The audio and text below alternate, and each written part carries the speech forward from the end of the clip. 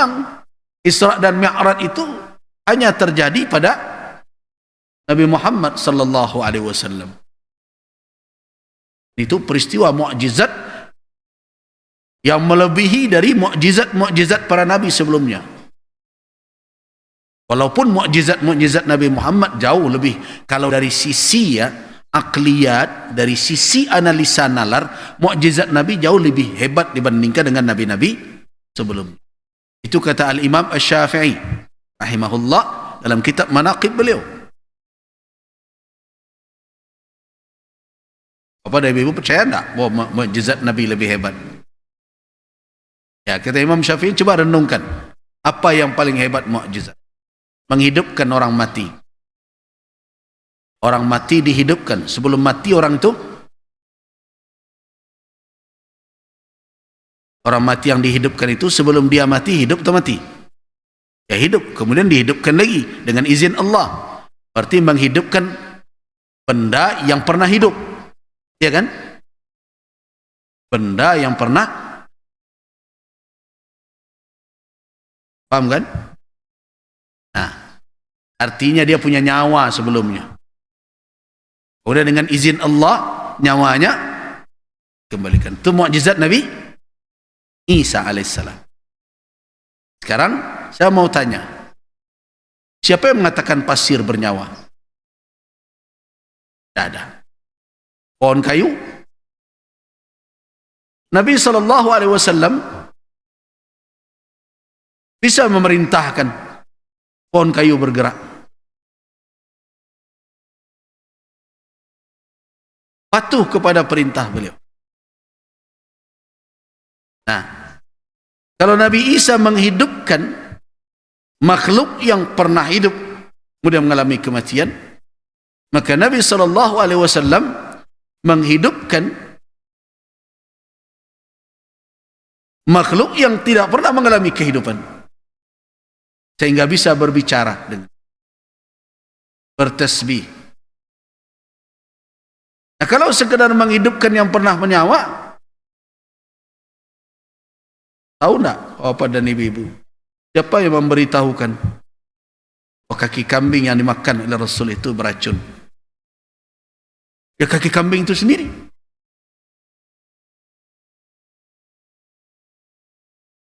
Nah, berarti peristiwa menghidupkan yang mati jauh lebih banyak pada apa lagi? Yang hebat lagi adalah mukjizat tongkat dihempaskan kemudian terbelah lautan.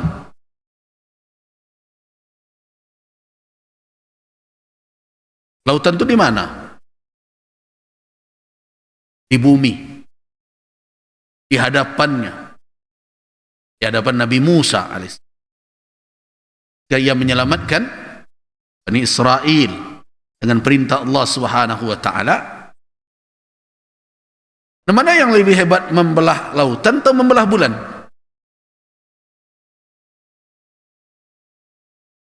Ya. Contohnya, ketika Nabi Musa menghantamkan tongkatnya ke batu, apa yang terjadi?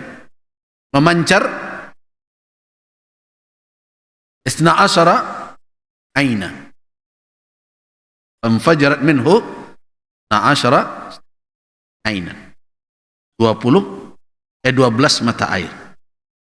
Air memancar dari mana? Dari batu. Apa dan ibu-ibu pernah tidak melihat dalam kehidupan di dunia ini ada air memancar dari batu? Ada? Banyak di berbagai tempat. Nah, mana yang lebih menakjubkan, air memancar dari batu atau air memancar dari sela-sela jari?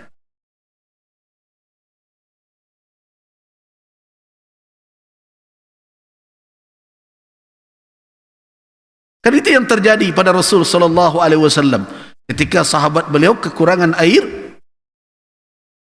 beliau masukkan tangan beliau, memancarlah air dari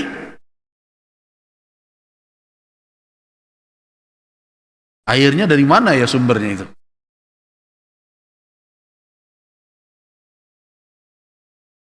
Kemudian apa lagi? Oh, kita berbicara Nabi Sulaiman. Kalau perkara ada binatang yang bicara, semut, bukankah Nabi SAW juga unta berbicara dengan beliau? Jika unta tidak mau disembelih oleh pemiliknya, ngadu kepada Nabi SAW.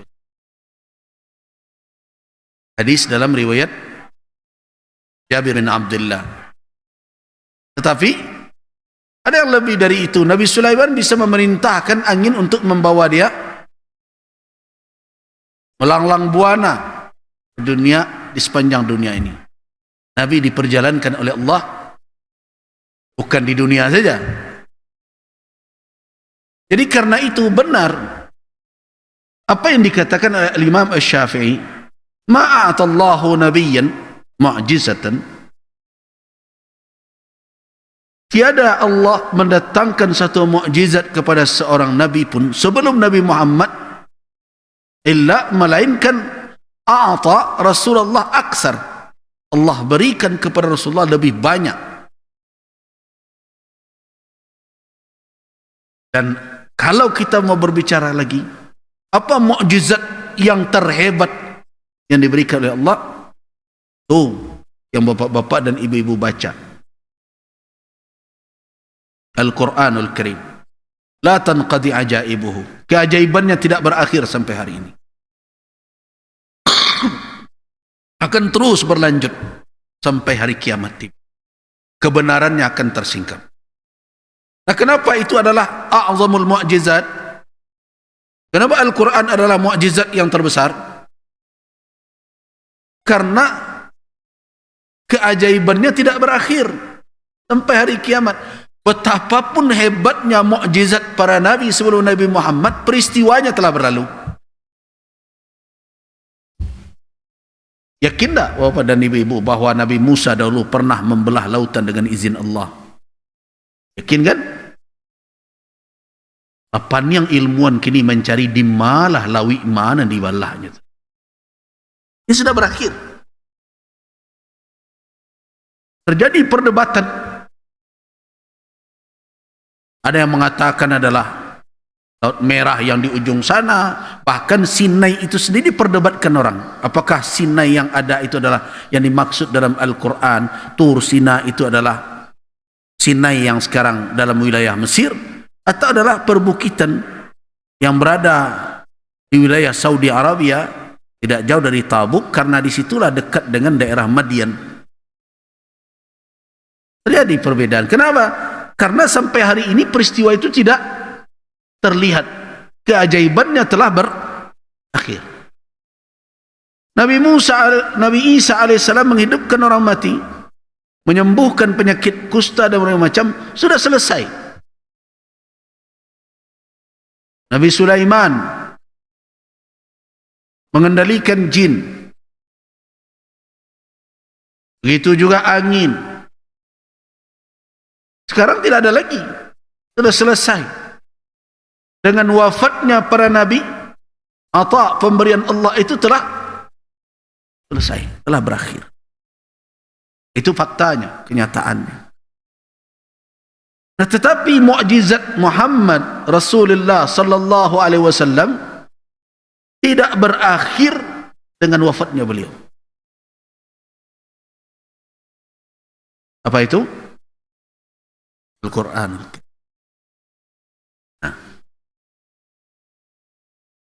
Nah, begitulah Rasul.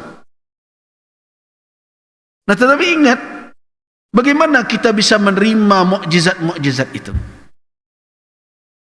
Nah, kalau semua itu bisa kita bawa keluar hanya dari ranah ma'qulat mahsusat, hanya dalam ranah nalar dan indrawi. Kalau dalam batasan itu tidak bisa kita terima. Kenapa? Karena akal manusia punya batasan.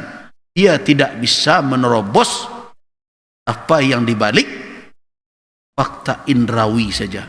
Jadi, nandak tampak, nandak terdengar, nandak bisa dirasuk, nandak bisa dijangkau, nandak bisa dicium. Akal akan mengatakan itu tidak ada. Dia coba pun dia kelumpuh.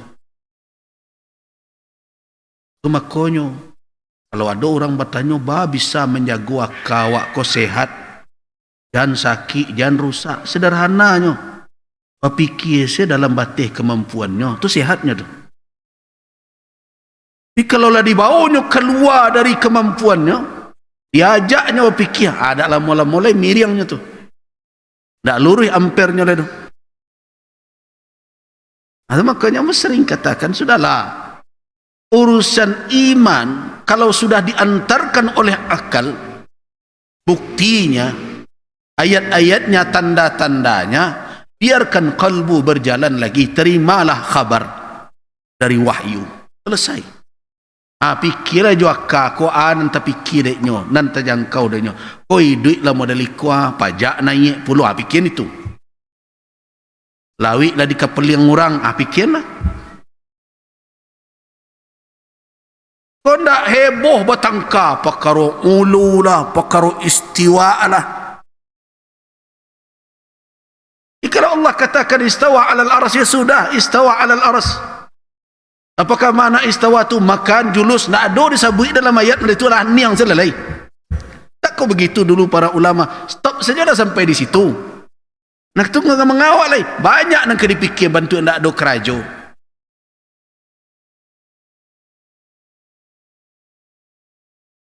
Jadi akal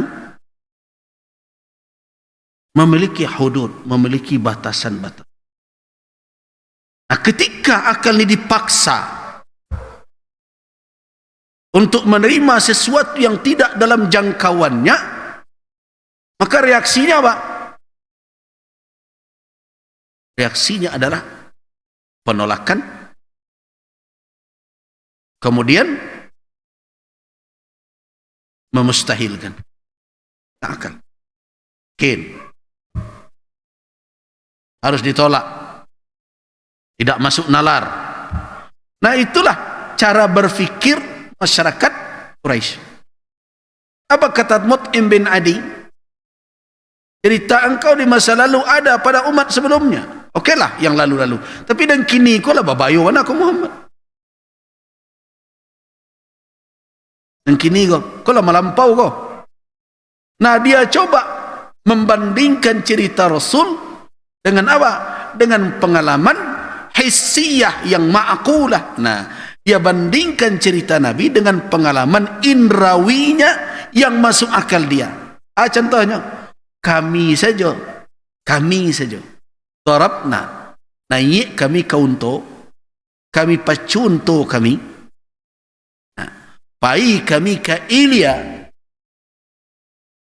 Ada pula orang sekarang yang berdebat, apakah Masjidil Aqsa yang dimaksud Isra dan Mi'raj itu di Palestin? Itu rendah lu anteninya lah daripada Mut'im bin Adi. Jadi banyak orang hari ini yang punya antena rendah. Sedangkan orang musyrik saja tahu. Makanya mereka minta kepada Nabi untuk buktian. Coba tunjukkan ke kami serupa bantuannya Masjidil Aqsa itu. Nabi tidak membantahnya. Orang musyrik tahu bahwa yang dimaksud oleh Nabi yang ada di dalam Al-Quran, Al-Masjidil Aqsa itu yang ada di Ilya di Palestin kini itu. Bukan yang lain. Terus tiba pula orang yang berbicara tentang hakikat berbagai macam. Bukan itu. Aramilu menengahnya tu dan serupa itu. Mut'im bin Adi saja faham kau. Makanya dia katakan, kami darabna ke badan naqati. Kami naik kata untuk kami pacu tunggangan kami, pai kami ke Ilya tu dahiban syahran. Pai ke situ sebulan, wa syahran munhadira, dan sebulan pula balik. Engkau dakwakan dalam semalam. Sederhana. Kalau seandainya yang dikecekkan bukan masjid dan di Palestin, tentu Nabi mengatakan kalian salah faham, tak bisa itu doh. Nah, kita tahu Nabi SAW tidak pernah menyembunyikan sesuatu. Jadi kalau ada pula orang nama ngaji-ngaji masuk awak mengecekan, tak hitung sajinya. Palestina sini. Nah, itu randah antennya dari Mut'im bin Adi, dari Abu Jahal. Nah, itu sudah dibantahkan kepada. Tanya, cerita engkau yang lama itu adalah pada orang-orang terdahulu. Yang kau bawa hari ini kau di luar dari itu sadonya kau. Kalau berkelebihan cerita engkau. Nah, kenapa? Karena Nabi SAW tidak bercerita mimpi. Kalau Nabi bercerita mimpi, tak keserupa itu reaksi orang musyrik. Tentu mudah saya menjawab, kok kebatangkalan. Bisa lo dan hadir kaum muslimin dan hadir ketika itu mengecek ke Abu Jahal, ke Mut'im. Angan dia mah orang bersihan ni bohong. Ya, tidak. Dan mimpi itu. Kira-kira begitu. Mencoba menganalisanya. Lambek-lambek.